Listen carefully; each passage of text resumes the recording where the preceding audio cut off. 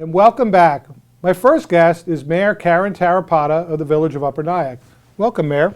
Good morning, George. How are you? Really well. Thank you for joining us on our show. It's my pleasure. So, Mayor, you know, this is a great opportunity to educate both the residents of Clarkstown and the residents of Upper Nyack about two levels of local government that really work well together and interact with one another. The Village of Upper Nyack, which is within and contained within the town of Clarkstown, is one of two villages that's within the town. Upper Nyack is wholly contained in the town. The Village of Spring Valley is a portion of the villages within our town. But if you don't live in the Village of Upper Nyack, most residents in Clarkstown wouldn't even know that we had a village that was part of the town. So we're going to talk a little bit about the difference between a village and a town and some of the things that you're doing as the village mayor. But before we get to that, for the benefit of our viewers, maybe you could speak to us a little bit about your background and how you came to become mayor of the Village of Upper Nyack. That's funny. It's a long story, but I'll make it short. I've lived in Clarkstown now for over 30 years, and in Upper Nyack that whole time. And I became involved in public service through the Open Space Committee that was here in Clarkstown about 20-some years ago, where under Catherine Nowicki, and we had a 22-member committee choosing parcels that might or might not be purchased by the town. And I really enjoyed that process. I made some wonderful friends, and my contribution to that really was the matrix that we used to give a numerical weight to the different properties. So after I helped complete that report to the town board, they asked me if I would run as a trustee, and I did that for a number of years and became deputy mayor, and in 2017 became the mayor of Upper Nyack. So the mayor, being a mayor, like a supervisor, you're the chief executive officer of a local government entity, a municipality. How big is the Village of Upper Nyack? I say it's about 1 square mile and about 2,000 residents. Right. And as the mayor, you're responsible for village government. So what are some of the departments that are housed within the Village of Upper Nyack? Well, it's funny because in our office, each department is one person.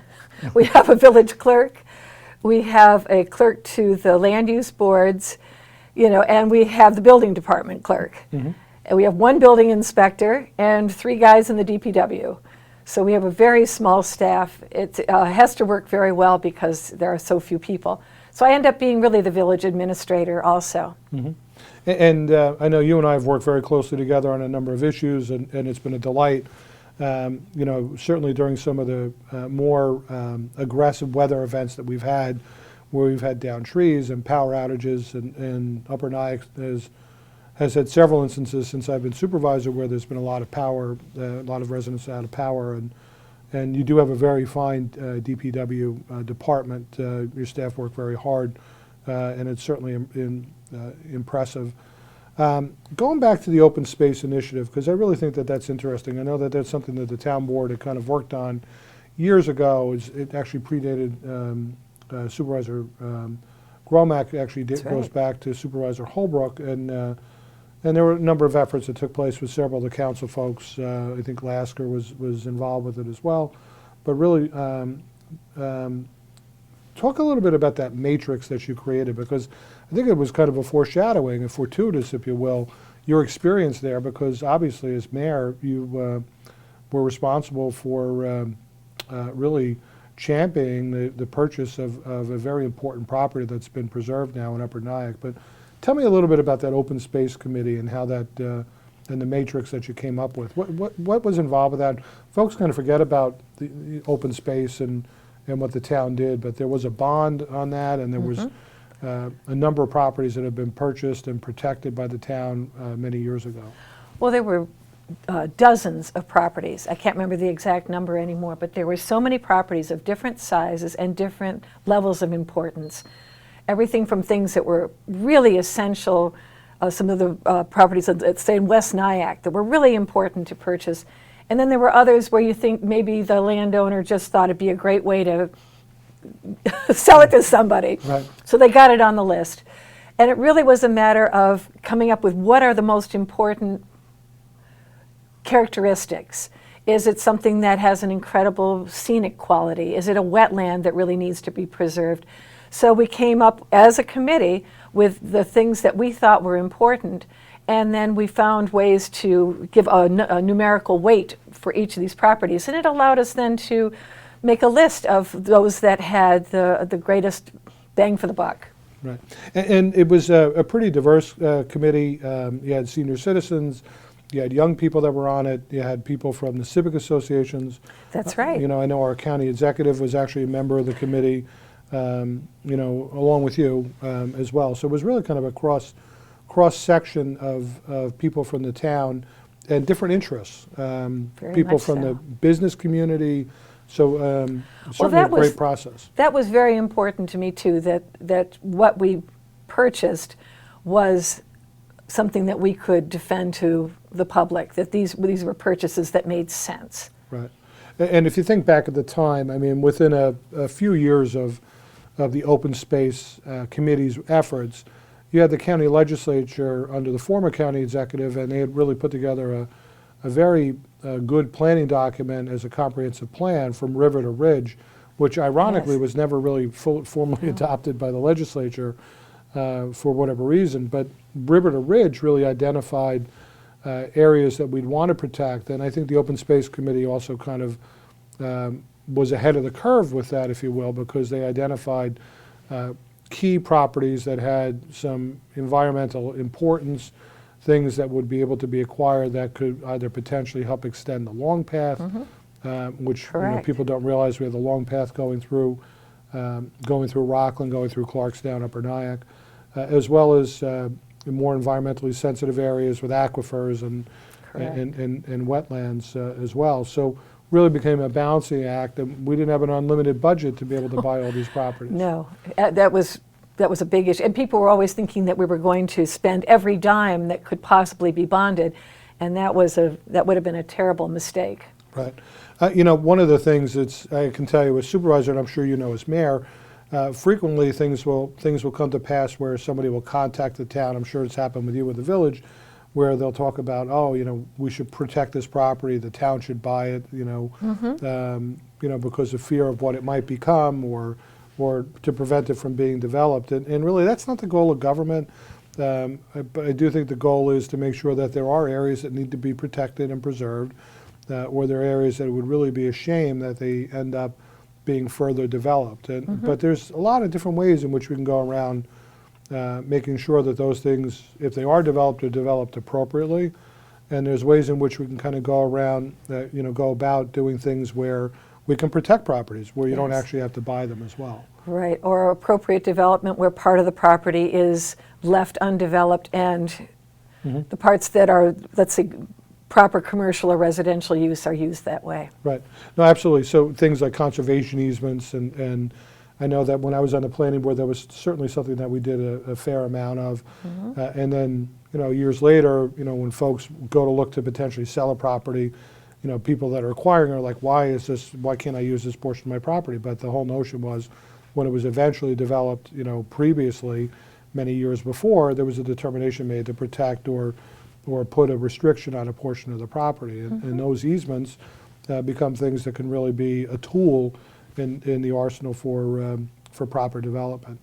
One other real tool in the arsenal of proper development, really, frankly, is this whole notion or this idea of the difference between town government and village government. So from your perspective, tell me a little bit, you know, why it's important for a village, you know, to exist. I know, you know, not in Upper Nyack, but in South Nyack, there's this whole discussion about should there be a village, should there not be a village, and maybe you could kind of just offer your voice to the village of Upper Nyack and the important role that the village plays in the lives of its residents.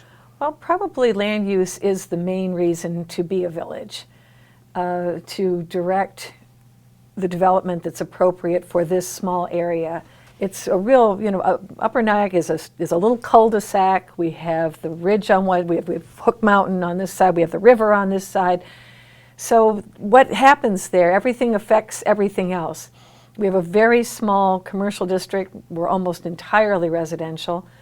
And it was the determination 148 years ago that they wanted control over development and land use. But that is, if it weren't for those boards, there really wouldn't be a strong reason to exist as a village. Right. We get our police service from Clarkstown. Right, and I know that's one of the things that I'm very proud of, that we talked about when you first came in as mayor, and I think it was my second year as town supervisor, and we've met on a regular basis, which has been a very positive thing. I've come down to you, you've come up to Yes. me. I know Captain Wanamaker, who our number 2 in the command staff in the Clarkstown Police Department, is a resident of your village, and he goes to your meeting. He'll come down and meet with you frequently. I know that there's been a really strengthening of the relationship between town and village, and it's been, I think, something that's been positive. But I think the key point you hit on is very, very succinct. The local determination, because the Clarkstown zoning rules and building rules don't apply, over a village. The village has the ability to be able to implement their own rules, their own guides, and their own reasons. And so you can be more restrictive, or if you want it to be less restrictive, but you can really protect the integrity of the village. And it's 148 years in the making, where you really have the ability to kind of chart what your future will be. Right, and we're working on an update of our comprehensive plan, as you are. Yeah. Right now, in fact, the version's going back to Rockland County Planning today. Oh, that's great. That's great. For, to get their second set of notes. Mm-hmm. But it's been years in the making, and 2 years of meeting with residents, and a lengthy committee process to just say, where do we want to be in 10 years? But I have to say, you were talking about the closer relationship between Clarkstown and Upper Nyack. I think that it has never been better. In the entire time that I've lived there, I feel that you have really done tremendous outreach and been very accessible. And it's been a real pleasure working with you. Oh, same here. I very, very much appreciate it. And whenever anything of any import, happens, we make sure that the police contact you. I'll reach out, and I think where it's really proven out is the ability to be able to share resources. Even the start of COVID, it's something as simple as the town bought a couple of 55-gallon drums, a couple hundred gallons of this heavy concentrate disinfecting material, fluid Yes. that you have to dilute, and we put together a number of gallons of that. Early on, I called you, and we brought it down and dropped it off along with some masks. Well, that was great because we couldn't find it anywhere. Right. We were down to our last little bottles of Purell. Yes. And having that and being able to share that with our Department of Public Works, Yeah. that's powerful stuff, though. Oh, yeah, it is. It is. It'll take the paint off your car if you're It not did careful. take the paint off a counter. But folks are safe actually coming in. But I will tell you that good partnership, good relationship. We've only got a couple of minutes left, but I know you had a major initiative that was certainly impressive, and it was the acquisition of a very important piece of property. And we'll have some photos that folks can see this property. But could you really speak to that and what the process was with that, and maybe just describe the property? Well, the property's the part of one of the original 6 farms in Upper Nyack. And it goes from Broadway up to North Midland, 12 acres. And it was owned by the same family from 1937 until 2018. And it was rather pristine. It had not been developed. There's a few buildings on the property, but it has a lovely natural quality that was appropriate for Upper Nyack to purchase because we don't have a park. And this was something that tied together a number of neighborhoods in keeping with our walkable village concept. And people have been using it and enjoying it. There's the old driveway has a lovely sort of serpentine quality to it. There are different areas that we are reestablishing, the native meadows. We have a group, the Friends of Riverhook, who are helping to raise funds to rehabilitate the buildings. Because, you know, I asked the villagers to put up $2.5 million to purchase the 12-acre property. Really can't burden them with a lot of development costs. So the village is focusing on the landscape, on landscape restoration, adding trees through the state nursery, all the things that volunteers can work on. And a lovely group of residents is working to develop a fund to rehabilitate the buildings for community use. Which will be great, and it's really a testament to your leadership, but it's a testament to the vision of the people of Upper Nyack that have agreed to do this, because that'll be protected for many years to come. I can speak freely as a supervisor who's purchased a bunch of different properties, over my tenure now. I mean, we started off the first year actually in Upper Nyack. Yes. With kind of solidifying the deal with the Marydale property, which brought I think about 13 acres into into Hook Mountain, which forever preserved that. But in addition to that, the Malankara Church property, not too far Yes. from Upper Nyack, where we're actually going to be moving forward in 2021 with taking down the building and creating a parking lot there, and kind of coordinating some of the trails over in that area. Obviously, Rock and Country Day School and some of the property over there that we'll be looking to do, and then potentially the repurposing of Grace Baptist Church in Nanuet that we also acquired. So, having bought a number of properties, it's a great thing when you can actually come up with a plan, and those will become something that will be forever protected.